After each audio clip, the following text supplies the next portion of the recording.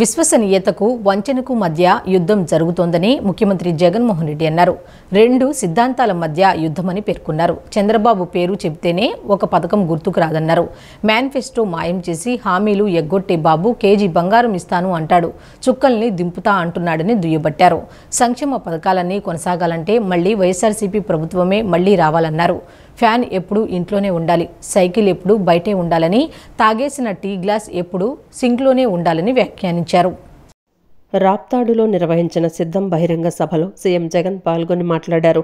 సీమకు సముద్రం లేకపోవచ్చు, కానీ నేడు అనంతపురం జిల్లా రాప్తాడులో జనసముద్రం చూడొచ్చని అన్నారు. 2024 ఎన్నికల్లో జరగబోతున్న ఈ యుద్ధం రెండు సిద్ధాంతాల మధ్యని, ఇది కేవలం ఎమ్మెల్యేలు ఎంపీలను ఎన్నుకునే ఎన్నిక కాదు. 5 ఏళ్ల కాలంలో ఇంటింటికి మన ప్రభుత్వం అందించిన సంక్షేమం, అభివృద్ధికి డ్రామాలాడే చంద్రబాబు యుద్ధానికి మీరు సిద్ధమా అని ప్రశ్నించారు. ఈ యుద్ధం మాట ఇచ్చి నిలబెట్టుకున్న మనకు, మాట తప్పడమే అలవాటుగా ఉన్న పెత్తందారులకు మధ్య యుద్ధమని చెప్పారు. వేరే రాష్ట్రాలలో ఉంటూ మోసం చేయటానికి వచ్చిపోతున్న నాన్ రెసిడెంట్స్ ఆంధ్రాస్కు ఈ గడ్డ మీద ప్రజల మధ్య ఉంటున్న మనకు మధ్య జరగబోతోందన్నారు. 14 సంవత్సరాలు సీఎంగా పరిపాలించిన చంద్రబాబు పేరు చెప్తే గుర్తు వచ్చే ఒక్క పథకమైనా ఉందా అని నిలదీశారు.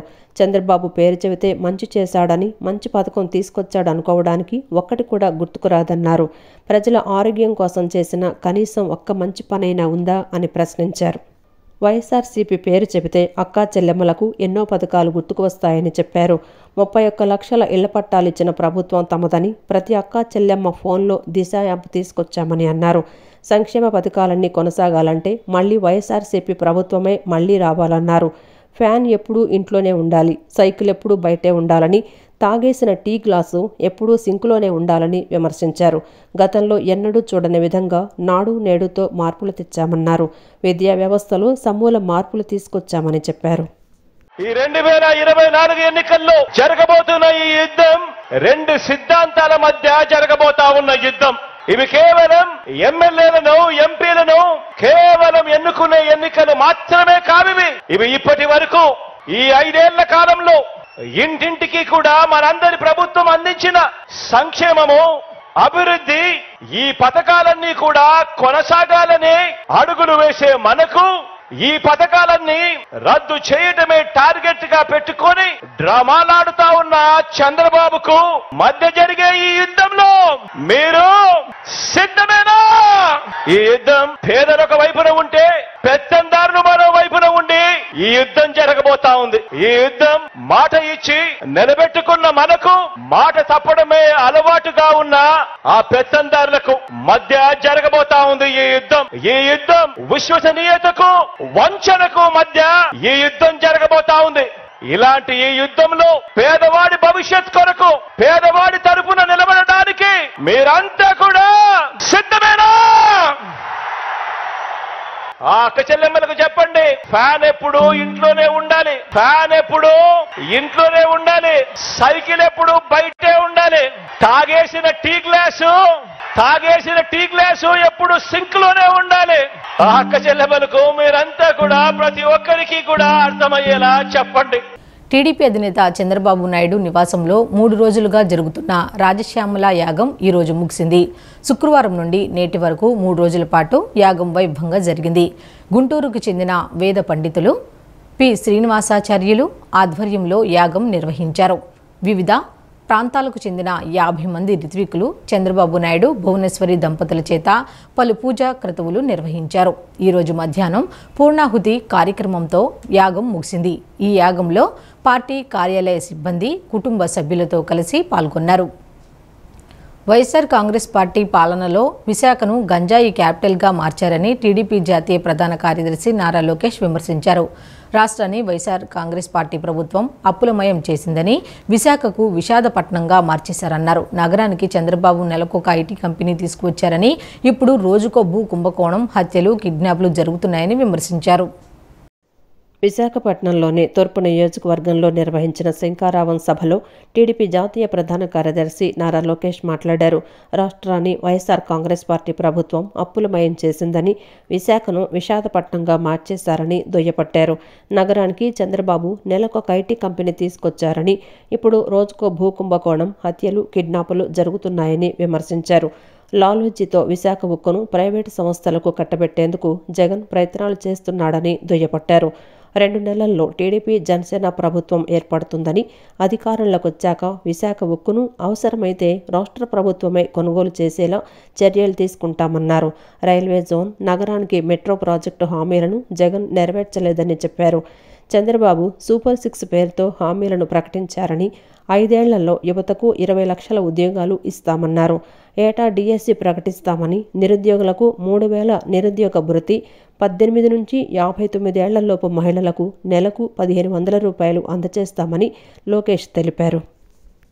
ఈరోజు హాల్ టికెట్ కావాలంటే మీరు డబ్బులు కట్టాల్సి వస్తుంది.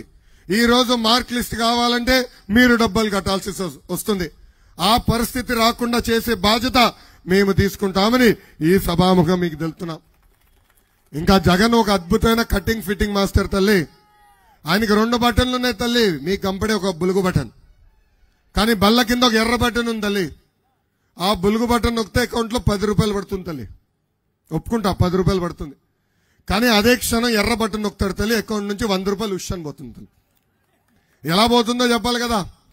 కరెంటు ఛార్జీలు 9 సార్లు పెంచి బాధుడే బాధుడు, ఇంటి పన్ను పెంచి బాధుడే బాధుడు, ఆర్టీసీ ఛార్జీలు 3 సార్లు పెంచి బాధుడే బాధుడు, చెత్త పన్ను పెంచి క్వార్టర్ బాటిల్ ధర పెంచి.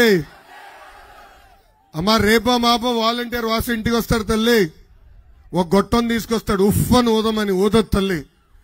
ఊదితే గాలి ఇంత పీల్చుతున్నావా అని గాలి పైన కూడా పన్నేస్తాడు ఈ సైకో జగన్. ఇంకా కటింగ్ మాస్టర్ అన్నా కదా, అన్న క్యాంటీన్ కట్, విదేశీ విద్యా cut, school fee reimbursement cut, పండగ కానుకల కట్, పెళ్లి కానుక కట్, నిరుపేద కుటుంబాలకి ఇల్లు కట్టే కార్యక్రమం కూడా కట్ చేశాడు. చంద్రన బీమా కట్. ఇలా చెప్పుకుంటా పోతే 100 సంక్షేమ కార్యక్రమాలు కట్ చేసిన ఏకైక ముఖ్యమంత్రి ఈ సైకో జగన్. ఇంద్రకీలాద్రిపై మల్లేశ్వర స్వామి ఆలయాన్ని పునఃప్రారంభించారు. ఆలయంలోని శివలింగానికి ఉన్న శక్తులన్నీ మూల విరాట్కు అనుసంధానం చేశారు. గోపురంపై స్వర్ణ శిఖరాన్ని ప్రతిష్ఠించి కుంభాభిషేకం చేశారు. ఈ పూజా కార్యక్రమంలో మంత్రి కొట్టు సత్యనారాయణ పాల్గొన్నారు. ఇంద్రకీలాద్రిపై మల్లేశ్వర స్వామి వారి ఆలయాన్ని పునఃప్రారంభించారు. ఉదయం 11:45 స్వర్ణ శిఖరానికి కుంభాభిషేకం చేశారు. పాంచాహ్నిక దీక్షతో ఈ నెల 14 నుంచి హోమాలు, పూజలు నిర్వహించారు. ఆలయ పునరుద్ధరణకు తలపెట్టినప్పుడు మూల విరాట్కు బదులుగా ఆలయంలోని నటరాజస్వామి గుడి వెనుక బాలాలయం ఏర్పాటు చేసి అక్కడ శివలింగానికి మూల విరాట్కు ఉన్న శక్తులన్నీ ఆపాదింపచేస్తూ కళాపకర్షణ చేశారు. బాలాలయంలోని శివలింగానికి ఉన్న శక్తులన్నీ మూల విరాట్కు అనుసంధానం చేశారు. గోపురంపై స్వర్ణ శిఖరాన్ని ప్రతిష్ఠించి కుంభాభిషేకం చేశారు. ఈ పూజా కార్యక్రమాలలో మంత్రి కొట్టు సత్యనారాయణ పాల్గొన్నారు. ఈ సందర్భంగా మంత్రి మాట్లాడుతూ ఇంద్రకీలాద్రిపై మల్లేశ్వర స్వామి వార్ల ఆలయానికి 100 సంవత్సరాల చరిత్ర ఉందని చెప్పారు. కాలక్రమేణా ఆలయం ఖిన్నమైన తర్వాత ఆలయాన్ని పునరుద్ధరించాలని సీఎం జగన్ ప్రభుత్వం సంకల్పించిందని చెప్పారు. సంవత్సరం 11 నెలల్లో ఆలయాన్ని పూర్తి చేశామని, ఆనాటి శిల్పశైలికి అనుగుణంగా ఆలయాన్ని శిఖరం వరకు కూడా రాతితోనే నిర్మించామని చెప్పారు. తాను ఈ కార్యక్రమం చేయటం భగవత్ సంకల్పమని అన్నారు. మల్లేశ్వరుని ఆశీస్సులు ముఖ్యమంత్రి వైఎస్ జగన్కు, రాష్ట్ర ప్రజలకు, భక్తులకు ఉండాలని ఆకాంక్షించారు. మహాశివలింగాన్ని మల్లేశ్వర స్వామిని బయటికి తీసి మళ్ళీ ప్రతిష్ఠ చేద్దాం అనుకుంటే 50 అడుగుల వరకు వెళ్ళారు. దాని మూలం ఏంటో కనుక్కోలేకపోయాం. ఇంతటి టెక్నాలజీ ఉన్న ఈ రోజుల్లోనే మరి ఇంత మనం అది మూలాన్ని కనుక్కోలేకపోయామంటే మరి 1000 సంవత్సరాల నాడు ఆ పరమేశ్వరుడు, ఆ మల్లేశ్వర స్వామి వారి ప్రతిష్ట ఎంత అద్భుతంగా జరుపుకుంటారో అని అక్కడితోటి స్వామికి మరి క్షమాపణలు చెప్పి ఆ స్వామివారిని అలాగే ఉంచి స్వామివారిలోని అంటే కళలన్నీ కూడా బాలాలయంలో నిక్షిప్తం చేసి ఈ ఆలయాన్ని పునర్నిర్మాణం చేయడానికి పూనుకున్నాం. 1 సంవత్సరం 11 నెలల్లో ఆనాటి శిల్పశైలిని మరి ఎక్కడా కూడా దాన్ని భిన్నంగా లేకుండా 11వ శతాబ్దంలో ఏ రకమైన శిల్పశైలితోటి ఆలయాన్ని నిర్మాణం చేశారో అదే నైపుణ్యంతో, అదే శిల్పాలతోటి ఈ ఆలయాన్ని పూర్తిగా శిఖరం వరకు కూడా రాతితోటే నిర్మాణం చేసి మరి ధ్వజస్తంభాన్ని కూడా ఏర్పాటు చేసి ఇంతటి గొప్ప కార్యక్రమాన్ని మరి వాళ్ళ అనంతరం దుర్గగుడి chairman Karnati Rambabu, EO KS Ravikumar మాట్లాడుతూ మల్లేశ్వర స్వామివారి ఆలయ నిర్మాణాన్ని పూర్తి చేసుకుని పునఃప్రారంభించుకోవటం జరిగిందన్నారు. ఆలయ ప్రాంగణంలో నందీశ్వరుడి విగ్రహం, ధ్వజస్తంభంతో పాటు ఆయా దేవతా విగ్రహాలను ప్రతిష్ఠించుకోవటం జరిగిందన్నారు. పాలక మండలి వచ్చిన తర్వాత అలాగే మా దేవాదాయ ధర్మాదాయ శాఖ మంత్రి కొట్టు సత్యనారాయణ గారు ఆధ్వర్యంలో ఈ రోజున మేమందరం కూడా ఇక్కడ ఉన్నటువంటి వారందరూ కూడా సామాన్యులైనటువంటి ప్రతి ఒక్కరికి మంచి మహోన్నతమైనటువంటి అవకాశం కల్పించినటువంటి గౌరవ ముఖ్యమంత్రి వర్యులు జగన్మోహన్ రెడ్డి గారికి మరొక్కసారి మేమందరం కూడా రుణపడి ఉంటాం. ఎందుకంటే 11 శతాబ్దాల క్రితం కూడా ఈ శివాలయాన్ని ఎంతో పురాతనంగా ఆ రోజునున్నటువంటి రాజుల పాలనలో కానీ అందరం కూడా చరిత్ర చెప్తుంది.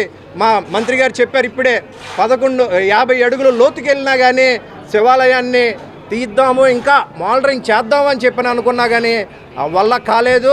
అందుకంటే శివాలయంలో ఇక్కడ ఉన్నటువంటి యువసంపృక్తం అన్నట్టుగా వాళ్ళు వాక్కు అర్థంలాగా ఇద్దరు కలిసిపోయి ఉండేటువంటి తత్వం ఇది. ఈ అంతటి ఒక విశేషమైనటువంటి ఇంద్రకీలాద్రిపై కనకదుర్గ అమ్మవారు కొలువున్న చోట మల్లేశ్వర స్వామి కూడా సంపూర్ణంగా ఈరోజు అన్ని కళలతో ఇక్కడ ఆవిష్కరింపబడుతూ భక్తులను కటాక్షిస్తూ ఉంటాడని, మరి ఈ కార్యక్రమానికి సహకరించినటువంటి అందరూ కుంభాభిషేకం కూడా ఈరోజు, ఎందుకంటే ఆలయాన్ని మనం పునర్నిర్మించాం కాబట్టి కుంభాభిషేకం నిర్వహించడం 5 రోజులుగా పంచాహ్నికంగా ఇక్కడ అన్ని కార్యక్రమాలు మా అర్చక సిబ్బంది, వేద పండితులు స్వయంగా వాళ్ళే ఇంకెవరిపైన ఆధారపడకుండా స్వయంగా వాళ్ళే నిర్వహించుకోవడం నాకు. టీడీపీ నేత బుద్దా వెంకన్న పార్టీ అధినేత చంద్రబాబుపై తన అభిమానాన్ని చాటుకున్నారు. తన రక్తంతో చంద్రబాబు నాయుడు ఫ్లెక్సీకి అభిషేకం చేశారు. రక్తంతో ఫ్లెక్సీలోని చంద్రబాబు కాళ్లు కడిగారు. అలాగే చంద్రబాబు జిందాబాద్, నా ప్రాణం మీరే అంటూ గోడలపై రక్తంతో రాశారు. ఇది నిరసన కాదని, చంద్రబాబుపై తనకున్న అభిమానం వల్లే ఇలా చేశానని తెలిపారు. వచ్చే ఎన్నికల్లో చంద్రబాబు నాయుడు అధికారంలోకి రావాలని, తనకు పశ్చిమ నియోజకవర్గం టికెట్ తనకు కేటాయించాలని మరోసారి మనవి చేస్తున్నట్లు చెప్పారు. తెలుగుదేశం పార్టీ అధ్యక్షులు చంద్రబాబు నాయుడు కోసం రక్తం చెందించాడు బుద్దా వెంకన్న. పార్టీ నాయకులు, కార్యకర్తలందరి ముందే తన రక్తాన్ని తేయించుకున్న వెంకన్న దాంతో చంద్రబాబు ఫ్లెక్సీకి అభిషేకం చేశారు. అంతేకాకుండా అదే రక్తంతో సిబిఎన్ జిందాబాద్, నా ప్రాణం మీరే అంటూ గోడపై రాశారు. ఇలా చంద్రబాబుపై తన అభిమానాన్ని చాటుకుంటూనే పార్టీ కోసం పనిచేసే తనలాంటి వారికి టికెట్లు ఇవ్వాలని అధ్యక్షుని కోరారు. అసలు వాస్తవాలు చంద్రబాబుకు తెలియాలని ఈ కార్యక్రమాన్ని చేపట్టినట్లు బుద్దా వెంకన్న పేర్కొన్నారు. గతంలో పార్టీ అధినేత చంద్రబాబుపై దాడికి యత్నిస్తే టీడీపీ నాయకులెవరూ మాట్లాడలేదు. కానీ తాను పోరాటం చేశానని వెంకన్న తెలిపారు. చంద్రబాబు ఇంటిపైకి గొడవకు వచ్చిన జోగి రమేష్తో తాడోపేడ తేల్చుకోవడానికి సిద్ధమయ్యానని అన్నారు. ఎండలో పోరాటం చేస్తూ సొమ్మసిల్లి పడిపోయింది అందరూ చూశారన్నారు. ఇక మాచర్లలో వైసీపీ నాయకుడు తురక కిషోర్ చేసిన దాడిని కూడా బుద్దా వెంకన్న గుర్తు చేశారు. ఇలా పార్టీ కోసం, చంద్రబాబు కోసం తన ప్రాణాలకు తెగించి పోరాడారని బుద్దా వెంకన్న గుర్తు చేశారు. అయితే తన దరిద్రానికి కేసినేని నాని లాంటి వెధవ విజయవాడలో ఉన్నాడని, వాడు తనను టార్గెట్ చేశాడని బుద్దా వెంకన్న అన్నారు.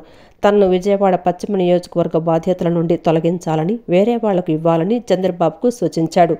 అతడి పోరు పడలేక చంద్రబాబు తనను విజయవాడ అర్బన్ బాధ్యతలు అప్పగించారని, 6 ఏళ్లు అక్కడ పార్టీని సక్సెస్ఫుల్గా నడిపించారని తెలిపారు. ఆ తర్వాత ఉత్తరాంధ్ర జిల్లాల ఇన్ఛార్జి బాధ్యతలు అప్పగిస్తే అక్కడ సమర్థవంతంగా పనిచేశానని అన్నారు. ఇలా పార్టీ కోసం ఎంతో కష్టపడుతూనే ఎమ్మెల్యేగా పోటీ చేసేందుకు సంసిద్ధమైనట్లు వెంకన్న తెలిపారు. ఈసారి తాను విజయవాడ పశ్చిమ నియోజకవర్గం నుండి పోటీ చేస్తానని, అవకాశం కల్పించాలని చంద్రబాబు, లోకేష్లను కోరారని అన్నారు. ఇక్కడ కుదరకుంటే అనకాపల్లి పార్లమెంట్ అభ్యర్థిగా బరిలో దింపాలని అధినేతను కోరారు. మళ్ళీ ఏ ప్రభుత్వం వస్తుందో వీళ్ళు పోరాటం చేయడానికి భయపడి 3 నెలల్లోనే అంతే పెద్ద పదవి ఇస్తే వెళ్ళిపోతున్నాడు. అసలు ఏంటి రాజకీయం? ఈ రాజకీయాల్లో మనం అసలు ఎమడలేమా? మనం వన్ సైడ్, మనం చంద్రబాబు నాయుడు గారు, లోకేష్ బాబు గారు, భువనేశ్వరి గారు, బ్రాహ్మణి గారు, దేవాంశు గారు తప్ప 6వ వాళ్ళు లేరు నాకు. నేను ఓపెన్గా చెప్తున్నాను, నేను 6వ వ్యక్తి అనేవాళ్ళు లేరు నాకు. అలా 5గురే నాకు నాయకులు. బొంతు రామ్మోహన్ వెళ్తేనే నేను ఆవేదన చెందాను, తప్పుది అని ప్రజాస్వామ్యం. కానీ రేపు చంద్రబాబు గారు కూడా ఈ రాష్ట్రంలో సంకీర్ణ ప్రభుత్వం ఏర్పడబోతుంది. దీనికి నిజాయితీగా మీ వెనకాతల నిలబడేగల వ్యక్తుల్ని ఎన్నుకోవాల్సినటువంటి అవసరం ఉంది. ఒకవేళ నేను నిలబడిన అనుకోండి, నేను నిలబడనని మీ మీద నా మీద మీకు అభిప్రాయం ఉంటే నన్ను పిలిచి చెప్పండి, నువ్వు నిలబడవని. నేను నిలబడతాను కాబట్టి మీరు నాకు అవకాశం ఇవ్వాలి. నేను అడిగినవి 2, విజయవాడ వెస్ట్ లేకపోతే అనకాపల్లి పార్లమెంట్ అని. అనకాపల్లి పార్లమెంట్ ఎవరెవరి పేర్లో వస్తుంది, ఇక్కడ అసలు పేర్లే లేవు. ఇది కరెక్ట్ చేయండి బాబు గారు. మేము నా ప్రేమ, నా అభిమానం ఎన్నోసార్లు ఆయన చూపించాను, ప్రజలకు చూపించాను. నా రక్తంతో ఆయన్ని కాళ్ళకు కడగడం కంటే ఇక ప్రేమ ఉంటుందా? ఈ అయ్యారాములు గయ్యారాములు రేపు దీనికి అంటే నా జీవితంలో నేను పార్టీ మానను, నా జీవితంలో ఆ 5 తప్ప 6వ వాళ్ళ దగ్గరికి వెళ్ళనని నేను ఇవాళ ఈ నిర్ణయం తీసుకున్నాను. ఎందుకంటే టీడీపీ జెండా ఎప్పుడూ తన వెంట ఉండాలి. ఆ జెండా నీడనే తన జీవితం వెళ్లాలని, వ్యక్తులతో తాను కూడా ఒకడినని ఎమ్మెల్యే గద్దె రామ్మోహన్ అన్నారు. అన్న ఎన్టీఆర్ స్థాపించిన టీడీపీ లాంటి గొప్ప పార్టీలో చేరే ఆలోచన తనకు రావడం, ఇప్పటి వరకు అందులో కొనసాగగలగడం గొప్ప అదృష్టంగా భావిస్తున్నానని చెప్పారు. తనకు రాజకీయ జన్మనిచ్చింది అన్న ఎన్టీఆర్ అని అన్నారు. Vijayawada Gurunanak road hotel pride మాధవలో town hall meeting with leader Gadde Rammohan కార్యక్రమాన్ని టీడీపీ తెలుగు ప్రొఫెషనల్స్ వింగ్ ఆధ్వర్యంలో ఏర్పాటు చేశారు. ఎమ్మెల్యే గద్దె రామ్మోహన్, జెడ్పీ మాజీ చైర్పర్సన్ కీర్తి, వాసవ్య మహిళా మండలి అధ్యక్షురాలు బి కీర్తి, వివిధ రంగాల ప్రముఖులు ఎన్టీఆర్ విగ్రహానికి పూలు వేసి నివాళులర్పించారు. అనంతరం జ్యోతి ప్రజ్వలన చేసి కార్యక్రమాన్ని ప్రారంభించారు. టీడీపీ వ్యవస్థాపకులు ఎన్టీఆర్ ఏవి, ఎమ్మెల్యే గద్దె రామ్మోహన్ ఏవిని ప్రదర్శించారు. ఈ సందర్భంగా ఎమ్మెల్యే గద్దె రామ్మోహన్ మాట్లాడుతూ 35 సంవత్సరాల నుంచి తాను రాజకీయాల్లో ఉన్నానని, 1989లో తన రాజకీయ జీవితం ప్రారంభమైందన్నారు. తాను నందమూరి తారక రామారావు వీరాభిమానినని తెలిపారు. కమ్యూనిస్టు భావాలతో విద్యార్థి విభాగాల్లో పనిచేసి విద్యార్థి సంఘాల్లో ఎన్నికల్లో నిలబడిన అనుభవం ఉందన్నారు. అభిమాన నాయకుడు ముఖ్యమంత్రి అయినప్పుడు మనం కూడా రాజకీయాల్లోకి వెళ్ళొచ్చు అని భావించి రావటం జరిగిందన్నారు. మానవ సేవే మాధవ సేవ, తోటివారికి సేవ చేయాలనే విషయాలు, నాయకత్వ లక్షణాలు లయనిజం ద్వారా నేర్చుకున్నానని, రాజకీయాల్లోకి వచ్చిన తర్వాత వాటిని అమలు చేస్తున్నట్లు తెలిపారు. తనకు రాజకీయ జన్మనిచ్చింది అన్న ఎన్టీఆర్ అని అన్నారు. గన్నవరం నుంచి స్వతంత్ర అభ్యర్థిగా గెలిచిన తర్వాత కేంద్ర మంత్రి ఎర్రన్నాయుడు 8 కోట్లు మంజూరు చేశారని, ఆయన సహాయంతో 100 ఎకరాల స్థలాన్ని చెరువు చేసి 365 రోజులు నీటిని అందించేలా స్కీమును సాధించడం ఒక తీపి గుర్తని తెలిపారు. వెటర్నరీ కళాశాల తీసుకొచ్చారని చెప్పారు. నాకు సీటు తెలుగుదేశం పార్టీ సీటు రానప్పుడు అది కూడా అప్పుడప్పుడు నేను మీటింగ్లో ఆ రోజు నేను పొరపాటు చేశానని ఒప్పుకుంటాను. ఒక పార్టీ నందమూరి తారక రామారావు గారు స్థాపించిన పార్టీ, ఆ పార్టీకి వ్యతిరేకంగా నేను నిలబడ్డానని చెప్పి అప్పుడప్పుడు బాధపడతాను. ఒకసారి పుచ్చరపల్లి సుందరయ్య గారి లాంటి మహోన్నతమైన వ్యక్తి శాసనసభ్యుడిగా ఉన్న నియోజకవర్గానికి నేను శాసనసభ్యుడిగా అయ్యానని గర్వం నాకుంది. కానీ ఆయన అనుచరులు అట్లూరు శ్రీమన్నారాయణ గారిని ప్రముఖ కమ్యూనిస్ట్ నాయకులు ఒక మీటింగ్లో నేను ఈ మాట అన్నప్పుడు ఆయన లేచి వచ్చి నన్ను కౌగిలించుకున్నాడు. నువ్వు అది పొరపాటని నువ్వు అనుకుని అది చెప్పడం చాలా గొప్ప విషయం అని చెప్పారు. కానీ నేను గర్వంగా చెప్పేది ఒక మాట మీకు చెప్పాలి. నాకు సీటు రానప్పుడు ఒక్క సెకండ్ కూడా నేను తెలుగుదేశం పార్టీని కానీ ఆ పార్టీ నాయకుడు నందమూరి తారక రామారావు గారిని ఒక్క చిన్న నాకు సీట్ ఇవ్వలేదు అని వాళ్ళని నిందించలేదు. వైసీపీ ప్రభుత్వం ఎస్సీ కాలనీలో ఒక తట్టెడు మట్టి వేసిన దాఖలాలు లేవని టీడీపీ నేత కేసినేని శివనాథ్ చిన్ని అన్నారు. రాష్ట్రం చాలా ఇబ్బందుల్లో ఉందని, కుల మతాలకు అతీతంగా కలిసికట్టుగా పోరాడాల్సిన సమయం ఆసన్నమైందన్నారు.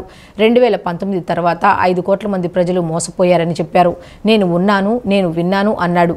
ఏమి విన్నాడో ఏమి చేస్తున్నాడో తెలియని పరిస్థితి రాష్ట్రంలో ఏర్పడిందని చెప్పారు. నవభారత రాజ్యాంగ నిర్మాత డాక్టర్ బిఆర్ అంబేద్కర్ రాసిన రాజ్యాంగాన్ని ఈ సైకో జగన్ పాటించడం లేదని విమర్శించారు. గురునానక్ కాలనీలోని అన్నా క్యాంటీన్ ప్రాంగణంలో జై భీమ్ ఆర్మీ ఎన్టీఆర్ జిల్లా విస్తృత స్థాయి సమావేశం జరిగింది. ఈ సమావేశానికి ముఖ్య అతిథిగా పాల్గొన్న కేసినేని శివనాథ్ చిన్ని తొలుత అంబేద్కర్ చిత్రపటానికి పూలమాల వేసి అంజలి ఘటించారు. అనంతరం చిన్ని మాట్లాడుతూ చంద్రబాబు అధికారంలోకి వచ్చిన తర్వాత ఏ సంక్షేమ పథకాలు రద్దు కావన్నారు. అలాగే వాలంటరీ వ్యవస్థ కూడా రద్దు కాదని తెలిపారు. కాకపోతే వైసీపీకి కొమ్ము కాసే వాలంటీర్లు జాగ్రత్తగా ఉండాలని హెచ్చరించారు. జగన్ పాస్టర్లకు నెలకు 5,000 రూపాయలు ఇస్తారని చెప్పాడు. రాష్ట్రంలో 1,25,000 మంది ఉంటే ఎంతమందికి నెలకి 5,000 ఇస్తున్నారో చెప్పాలని డిమాండ్ చేశారు. గత 4 ఏళ్లుగా నిరుద్యోగులకు ఉద్యోగాలు లేవు. యువత మొత్తం మత్తు మందుకు బానిసగా మారిందని చెప్పారు. విజయవాడలో నిర్వహించిన జాబ్ మేళాకును మంచి స్పందన వచ్చిందని, జగ్గయ్యపేటలో ఈ నెల 22న జరిగే జాబ్ మేళాలో ఎస్సీ ఎస్టీకి చెందిన నిరుద్యోగులు పాల్గొని ఉద్యోగాలు పొందాలని సూచించారు. జై భీమ్ ఆర్మీ కార్యకర్తలందరూ టీడీపీ గెలుపు కోసం పనిచేయాలన్నారు. ఒక్క చిల్లి గవ్వ తన సొంత ఆస్తుల్లోంచి ఎవరికన్నా ఏదన్నా ఖర్చు పెడుతున్నారా మీరు ఒక్కసారి ఆలోచించండి. మీరు నిజంగా ఆలోచించండి ఏం జరుగుతుంది రాష్ట్రంలో అని. దాచుకుంటాం. ప్రభుత్వ సంక్షేమ పథకాలంటే తెలుగుదేశం పార్టీ అయినా ఇస్తుంది, వైసీపీ వచ్చినా ఇస్తుంది. ఇవాళ వాళ్ళు కొంత ఇస్తే రేపు మనం రాబోయే సమయంలో ఇంకా బ్రహ్మాండంగా ఇవ్వబోతున్నాం. ఇవాళ మొన్న చంద్రబాబు నాయుడు గారు ఒకటే చెప్పారు, ఏ సంక్షేమ పథకం రద్దు అవ్వదు, సంక్షేమ పథకాలు యాజిటీస్గా ఉంటాయి. ఒక్కటే వాలంటీర్లకు కూడా ఒకటే చెప్తున్నారు, వాలంటీర్లు మీ వ్యవస్థ రద్దు అవ్వదు. కానీ ఎవరన్నా ఒక పార్టీకి కొమ్ము కాసే వాలంటీర్లు ఉంటే వాళ్ళని మాత్రం సహించం. తప్పకుండా పేద ప్రజలకి న్యాయం చేయండి. వారికి రావాల్సిన సంక్షేమ పథకాలు ఫలాలు అందేటట్టు చేయండి. అంతేగాని పలానా పార్టీకి మీరు ఉంటేనే సంక్షేమ పథకం వస్తుంది, పలానా పార్టీకి ఉండకపోతే రాదు అనే భయాలను తొలగించండి. ఎవరొచ్చినా సంక్షేమ పథకాలు ఆగవు. అంతేకాకుండా తెలుగుదేశం వస్తే దీనికన్నా ఎక్కువ పథకాలు రాబోతున్నాయి. అనంతరం టీడీపీ నేత నాగుల మీరా మాట్లాడుతూ వైసీపీ ప్రభుత్వంలో రాజ్యాంగ హక్కులను కాలరాశారని, మాట్లాడే స్వేచ్ఛ లేదన్నారు. ప్రజాపక్షాన పోరాడే వారి గొంతు నొక్కుతున్నారని తెలిపారు. జై భీమ్ ఆర్మీ నూతన కార్యవర్గం సభ్యులు కేశినేని శివనాథుని సన్మానించారు. రాజ్యాంగం రాయాలి అంటే ఒక మేధావి కావాలని ఆలోచన చేస్తున్నటువంటి నేపథ్యంలో ఈ దేశంలో అత్యంత మేధావి ఏకైక వ్యక్తి బాబాసాహెబ్ అంబేద్కర్ అని రాజ్యాంగం రాసేటువంటి బాధ్యత ఆయనకి ఇవ్వబట్టి ఇవాళ చట్టసభల్లో దళిత వర్గాలు, ఎస్టీ వర్గాలు రిజర్వేషన్ ద్వారాగా చట్టసభల్లో ఉండగలుగుతున్నారంటే ఆ మహానుభావుడు పెట్టినటువంటి భిక్ష అనేటువంటి విషయాన్ని ఎవరు మర్చిపోవడానికి వీల్లేదు. ఇవాళ కేవలం ఎస్టీలే కాదు, ఇవాళ బాబాసాహెబ్ అంబేద్కర్ గారు ఎస్సీలకు మాత్రమే నాయకుడు అనేటువంటి వాదన సరైంది కాదు అని నేను అడుగుతా ఉన్నాను. ఈ సమావేశంలో జై భీమ్ ఆర్మీ ఫౌండర్ గొర్రెముచ్చు వెంకట నరసింహారావు తదితరులు పాల్గొన్నారు. రాష్ట్రంలో వైఎస్ఆర్ కాంగ్రెస్ పార్టీ అధికారంలోకి వచ్చిన తర్వాత నియోజకవర్గం బాగా అభివృద్ధి చెందిందని ఏపీ స్టేట్ మైనారిటీస్ చైర్మన్, పశ్చిమ నియోజకవర్గ వైసీపీ సమన్వయకర్త షేక్ ఆసిఫ్, నగర మేయర్ రాయన భాగ్యలక్ష్మి చెప్పారు. గత ప్రభుత్వంలో నాయకులు నియోజకవర్గ అభివృద్ధిని విస్మరించి కరోనా కష్ట సమయంలో ముఖం చాటేశారని విమర్శించారు. విజయవాడ పశ్చిమ నియోజకవర్గంలో గడప గడపకు మీ ఆసిఫ్ కార్యక్రమంలో భాగంగా స్టేట్ మైనార్టీస్ చైర్మన్, పశ్చిమ నియోజకవర్గ వైసీపీ సమన్వయకర్త షేక్ ఆసిఫ్, నగర మేయర్ రాయన భాగ్యలక్ష్మి, 48వ డివిజన్ కార్పొరేటర్ అత్తులూరి ఆదిలక్ష్మితో కలిసి పర్యటించారు. గడప గడపకు వెళ్లి ప్రజలతో మమేకమవుతూ ప్రజా సమస్యలు అడిగి తెలుసుకున్నారు. ప్రజా సమస్యలపై దృష్టి సారించి వెంటనే అధికారులను సమస్యలను పరిష్కరించాల్సిందిగా ఆదేశించారు. ఈ సందర్భంగా వారు మాట్లాడుతూ రాష్ట్రంలో వైఎస్ఆర్ కాంగ్రెస్ పార్టీ అధికారంలోకి వచ్చిన తర్వాత నియోజకవర్గం బాగా అభివృద్ధి చెందిందన్నారు. గత ప్రభుత్వంలో నాయకులు నియోజకవర్గ అభివృద్ధిని విస్మరించి కరోనా కష్ట సమయంలో ముఖం చాటేశారని విమర్శించారు. జగన్మోహన్ రెడ్డి గారు వచ్చిన తర్వాత ఆయన అందరికీ ఆదుకునే విధంగా ఈ ప్రభుత్వం నడుపుతున్నారు. మరి అలాగా సంక్షేమ పథకాలు ఇస్తున్నారు. కరోనా సైతం లెక్క చేయకుండా 2 సంవత్సరాలు కరోనాలో ఉన్నా సరే ఏ ఒక్క సంక్షేమ పథకం ఆగకుండా ప్రతి ఇంటికి వాలంటీర్ వ్యవస్థ ద్వారా అన్ని పథకాలు అందించడం జరిగింది.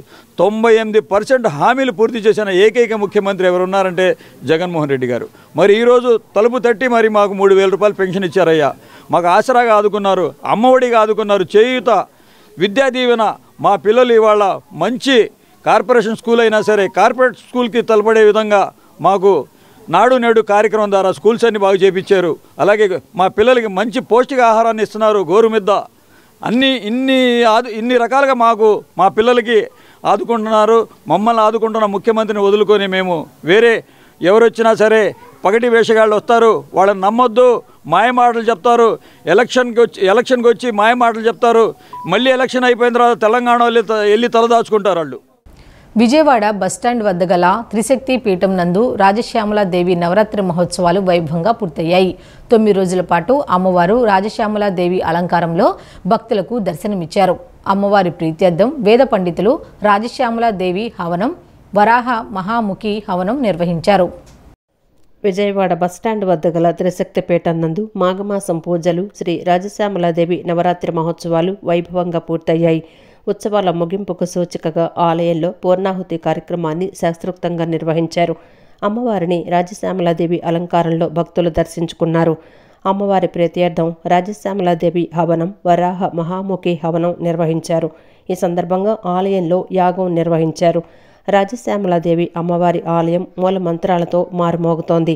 యాగంలో 3 లక్షలకు పైగా రాజశ్యామల అమ్మవారి మూలమంత్రాలను హవనం చేశారు. వేద మంత్రోచ్చారణల మధ్య యాగం నిర్విఘ్నంగా జరిగింది. ఈ యాగక్రతువులో ఆలయ ధర్మకర్తలు పాల్గొన్నారు. మహిళలు అమ్మవారి ప్రీత్యర్థం అమ్మవారికి పూలతో అర్చనలు చేశారు. శాస్త్ర ప్రకారంగా మిగతా వారాలు ఉపవాసం చెప్పినా చెప్పకపోయినా ఆదివారం రాత్రి భోజనం, సోమవారం పగటి భోజనం పనికిరాదు. కాబట్టి ఆరోగ్యాన్ని ఇచ్చేటువంటి ఆ మహానుభావుడికి ఎవరైనా సరే చక్కగా స్నానం చేసి చక్కటి వస్త్రాలను కట్టుకొని ఎర్ర పుష్పములతో కానీ చక్కటి జలములతో కానీ ఆ సూర్యభగవానుని చూస్తూ మిత్ర రవి సూర్య భాను ఖగ పూష హిరణ్యగర్భ మరీత్స్యాదిత్య సవితృ అర్క భాస్కరేభ్యో నమః అని కానీ లేదా సూర్యనారాయణమూర్తయే నమః ఇదం అర్ఘ్యం సమర్పయామి. నమస్కారో భాస్కర ప్రియ. అర్ఘ్యప్రదానం చేయటం లేదా నమస్కారం చేసినంత మాత్రానే ఆ సూర్యభగవానుడు చాలా సంతోషించి మనకి ఉండబడేటువంటి పాపములు ఏవైతే ఉన్నాయో ఆ పాపముల నుంచి రాజశ్యామల నవరాత్రుల్లో భాగంగా మన త్రిశక్తి పీఠంలో అమ్మవారికి రాజశ్యామల అలంకారంలో అమ్మవారు మనందరికీ కూడా దర్శనమిస్తూ ఉన్నారు. ఈ రాజశ్యామల నవరాత్రుల్లో భాగంగా మొదటి రోజు దగ్గర నుంచి అమ్మవారికి ప్రీతిగా రాజశ్యామల మహామంత్ర హవనము, ఇట్లాగే అమ్మవారికి ప్రీతిగా వారాహి మహామంత్ర హవనము, బగలాముఖి మహామంత్ర హవనము రోజు కూడా అమ్మవారికి ప్రీతిగా జరుగుతూ ఉన్నాయి. ఈ రోజున ఆఖరి రోజు 9వ రోజు అవ్వడం చేత అమ్మవారికి ప్రీతిగా రాజశ్యామల హోమం అనంతరం అమ్మవారికి మహాపూర్ణాహుతి కార్యక్రమం ఈ కమిటీ సభ్యులందరితో కూడా కన్నుల పండుగగా జరిగిన. యోగ సాధన ద్వారా మనిషి అత్యున్నత స్థాయికి చేరుకోగలడని సమగ్ర యోగా సాధన శ్రీ వెంకటేశ్వర యోగా సేవా కేంద్రం వ్యవస్థాపకులు, ప్రధాన యోగాచార్యులు శ్రీ వెంకటేశ్వర యోగి గురూజీ తెలిపారు. మనుషుల మధ్య ఆత్మీయత పెరగాలని, భారతదేశం వసుదైక కుటుంబం అని ఆ వాతావరణాన్ని తమ యోగా కేంద్రం కల్పిస్తుందని చెప్పారు. వంటంలోని ఓ ఫంక్షన్ హాల్ నందు సమగ్ర యోగ సాధన శ్రీ వెంకటేశ్వర యోగా సేవా కేంద్రం విజయవాడ భవానీపురం శాఖల ఆధ్వర్యంలో విరాట్ యోగా 900 యోగా శిక్షణ శిబిరం సందర్భంగా సమావేశం జరిగింది. వ్యవస్థాపకులు, ప్రధాన యోగాచార్యుల ఆధ్వర్యంలో జరిగిన సమావేశంలో పలు అంశాలు చర్చించారు. అనంతరం విలేకరుల సమావేశంలో ఆయన మాట్లాడుతూ యోగా ద్వారా దీర్ఘకాలిక వ్యాధులను నిర్మూలించడం జరుగుతుందన్నారు. ప్రాణాయామం ద్వారా దీర్ఘాయుషు వస్తుందని చెప్పారు. మనుషుల మధ్య ఆత్మీయత పెరగాలని, భారతదేశం వసుదైక కుటుంబమని ఆ వాతావరణాన్ని తమ యోగా కేంద్రం కల్పిస్తుందని చెప్పారు. ప్రజలందరూ యోగా చేస్తే శాంతి సంతోషాలతో జీవిస్తారని చెప్పారు. ఉన్నతమైన సమాజానికి యోగా దోహదపడుతుందని చెప్పారు. ముహూర్తంలో నిద్ర లేచినటువంటి సాధకుడు యోగాభ్యాసం చేసి గురువు చెప్పిన ప్రవచనాన్ని విని తాను ముందుగా తన భార్య పిల్లల్ని, భర్త పిల్లల్ని చక్కగా చూసుకుంటూ తాను పనిచేసే చోట కూడా చాలా సమర్థవంతంగా స్నేహభావంతో పనిచేస్తూ ఉన్నాడు. ఈ రకమైనటువంటి పరిణామం సమాజంలో రావాలి. ఇది గనక ఇంకా విస్తృతంగా ప్రచారం జరిగినట్లయితే, ప్రజలందరూ యోగాభ్యాసం చేస్తే శాంతి భద్రతల విషయంలో కూడా ప్రభుత్వాలకి ఇబ్బంది లేకుండా ఉంటుంది. అందరూ ఆనందంగా జీవించవచ్చు.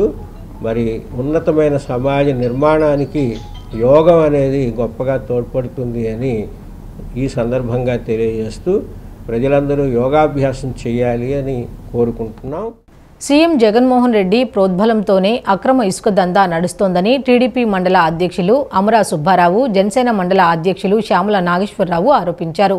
రాబోయే ఎన్నికల్లో డబ్బులు పంచడానికి సీఎం జగన్మోహన్ రెడ్డి ఇసుక దందాను ప్రోత్సహిస్తున్నాడని మండిపడ్డారు. అక్రమ ఇసుక దందాన్ని నివారించకపోతే సీఎం ఇంటిని ముట్టడిస్తామని హెచ్చరించారు. తాడేపల్లి మండలం గుండిమేడ క్వారీలో ఇసుక అక్రమ తవ్వకాలను టీడీపీ జనసేన నాయకులు పరిశీలించారు. క్వారీలో భారీ గుంతలు పడేలా ఇసుక తవ్వి ఉండడాన్ని గుర్తించారు. ఇసుక అక్రమ తవ్వకాలకు పాల్పడుతున్న వ్యక్తులపై చర్యలు తీసుకోవాలని డిమాండ్ చేస్తూ టీడీపీ జనసేన నాయకులు ఆందోళన చేపట్టారు. ఈ సందర్భంగా టీడీపీ మండల అధ్యక్షుడు అమరా సుబ్బారావు, జనసేన మండల అధ్యక్షుడు శ్యామల నాగేశ్వరరావు మాట్లాడుతూ తామొస్తున్నామని సమాచారం రావడంతో జేసీబీలు, లారీలు, ట్రాక్టర్లను ఇసుక మాఫియా దాచేసిందన్నారు. కృష్ణానదిలో కిలోమీటర్ల పొడవున అనుమతులు మించి అక్రమంగా ఇసుక తవ్వేశారని చెప్పారు. క్వారీపై అధికారులు దాడులు చేసిన అర్ధరాత్రి సమయంలో యథేచ్ఛగా అక్రమ ఇసుక రవాణా కొనసాగుతోందన్నారు. రాబోయే ఎన్నికల్లో డబ్బులు పంచడానికి సీఎం జగన్మోహన్ రెడ్డి ఇసుక దందాను ప్రోత్సహిస్తున్నాడని దుయ్యపట్టారు. ఇప్పటికైనా క్వారీని సీజ్ చేసి ఇసుక అక్రమ తవ్వకాలకు పాల్పడుతున్న వ్యక్తులపై చర్యలు తీసుకోవాలని డిమాండ్ చేశారు. అక్రమ ఇసుక దందాన్ని నివారించకపోతే సీఎం ఇంటిని ముట్టడిస్తామని హెచ్చరించారు. భావి తరాలకు కూడా లేని విధంగా ఈ అక్రమం జరుగుతుంది. మరి ప్రకృతికి విరుద్ధంగా అక్రమం జరుగుతుంది. లంక పొలాల్లో రైతులు పంట పండించుకుంటున్నారు. మరి ఆ పంటకు కూడా నీళ్లు అందని విధంగా ఈ వర్జాన భూగర్భ జలాలన్నీ కూడా ఇంకిపోయే విధంగా 3 తాచెట్లు లోతు, కనీసం అంటే 150 అడుగుల లోతు ఇసుక ఇవాళ క్వారీలో అక్రమంగా జరుగుతుంటే దీనికి సంబంధించిన అధికారులు, మైనింగ్ అధికారులు కానీ, ఎంఆర్ఓలు కానీ, కలెక్టర్లు కానీ, రెవెన్యూ కానీ, పోలీసు యంత్రాంగం కానీ ఏ యంత్రాంగం కూడా ఈ దరివైపు చూడని దాఖలాలు. అంటే కింద స్థాయి నుంచి దూరంలో నడిచి వెళ్తే అక్కడ 10 ప్రొక్లైన్లు ఉన్నాయి. దాన్ని మీడియా మిత్రులందరూ కూడా దాన్ని చూశారు. అక్కడ 10 ప్రొక్లైన్తో ఇక్కడ జరుగుతుంటే ఏ స్థాయిలో అక్రమ ఇసుక జరుగుతుందో మేము దాన్ని వెలికి తీసి, ఇప్పుడు కాదు ఇది 6 నెలల నుంచి నడుస్తూనే ఉంది. దీని మీద మేము జనసేన, టీడీపీ ఏదైతే ఈ పోరాటాన్ని మొదలుపెట్టామో ఇది ఆపిన దాకా మేము చేస్తామని ఈ సందర్భంగా తెలియజేసుకుంటున్నాం. ఆపని పక్షంలో లారీలను అడ్డుకుంటాం. అదే లారీలు కూడా వినపోతే అధికారుల దగ్గరికి వెళ్ళి అధికారుల ఆఫీసుల మీద ముట్టడిస్తాం. ఏదైతే మేము టీడీపీ జనసేన పొత్తులో వెళ్ళి ఆ కార్యక్రమాన్ని పూర్తిగా ఇక్కడి నుంచి క్వారీ ఆపేదాకా మేము అందరం నిరసన తెలియజేస్తూనే ఉంటాం. దీన్ని అడ్డుకొని ఆపిన దాకా మేము దీని మీద ఫైట్ చేస్తామని ఈ సందర్భంగా విజయవాడ మహానాడు రోడ్ జంక్షన్లో పెట్రోల్ బంక్ పక్కన నూతనంగా ఏర్పాటు చేసిన హెస్పాల్ట్ ఆటో వర్క్స్ గ్యారేజీని నేడు ప్రారంభించారు. ప్రతి వాహనానికి వన్ స్టాప్ సొల్యూషన్గా ఉండేలా ఈ గ్యారేజ్ను ఏర్పాటు చేయడం జరిగిందని నిర్వాహకులు అజయ్ వర్మ తెలిపారు. ప్రీమియర్ వర్క్షాప్ అంబియన్స్తో అనుభవజ్ఞులైన నిపుణులైన టెక్నీషియన్స్తో సేవలను అందించనున్నట్లు చెప్పారు. విజయవాడ మహానాడు రోడ్డు జంక్షన్లో పెట్రోల్ బంకు పక్కన నూతనంగా ఏర్పాటు చేసిన ఆస్ఫాల్ట్ ఆటో వర్క్స్ గ్యారేజీను నేడు ప్రారంభించారు. కనుమూరి భాస్కర్ రాజు, బుద్ధరాజు అజయ్ వర్మ కుటుంబ సభ్యులతో కలిసి పూజా కార్యక్రమాలు నిర్వహించి ప్రారంభించారు. ఈ సందర్భంగా నిర్వాహకులు అజయ్ వర్మ మాట్లాడుతూ 3M కార్ కేర్ స్టూడియో సంస్థతో ఒప్పందం కుదుర్చుకొని దానికి అనుబంధంగా ఏర్పాటు చేసిన ఆస్ఫాల్ట్ ఆటో వర్క్స్లో అన్ని రకాల సేవలు అందిస్తున్నట్లు నిర్వాహకులు తెలిపారు. హంటర్ అలైన్మెంట్ ఇంజనీరింగ్ సంస్థ పరికరాలను అలైన్మెంట్ కోసం వినియోగిస్తున్నట్లు చెప్పారు. 3M కార్ కేర్ స్టూడియోకు సంబంధించిన అన్ని ప్రోడక్ట్స్ నిపుణులైన సిబ్బందితో సేవలు అందిస్తామని చెప్పారు. ఆస్ఫాల్ట్ ఆటో వర్క్స్ సంస్థ 3M కార్ కేర్ ఉత్పత్తులను వినియోగించి మెరుగైన, నాణ్యమైన వాహన సేవలను అందిస్తోందని చెప్పారు. హంటర్ వీల్ అలైన్మెంట్ను వినియోగిస్తున్నట్లు తెలిపారు. Multi brand car workshop Bosch సంస్థతో టైఅప్ అయ్యామని చెప్పారు. జరిగిందండి. One of the premium workshops మన విజయవాడలో one of the premium workshops ambience create చేసి state of the art equipment launch చేసి యూజ్ చేసి and well experienced technicians, well trained technicians తో స్టార్ట్ చేయడం జరిగింది సార్. అండ్ నెక్స్ట్ వచ్చేసరికి అండి multi brand car workshop Bosch car service వాళ్ళతో tie up అయ్యి స్టార్ట్ చేయడం జరిగిందండి.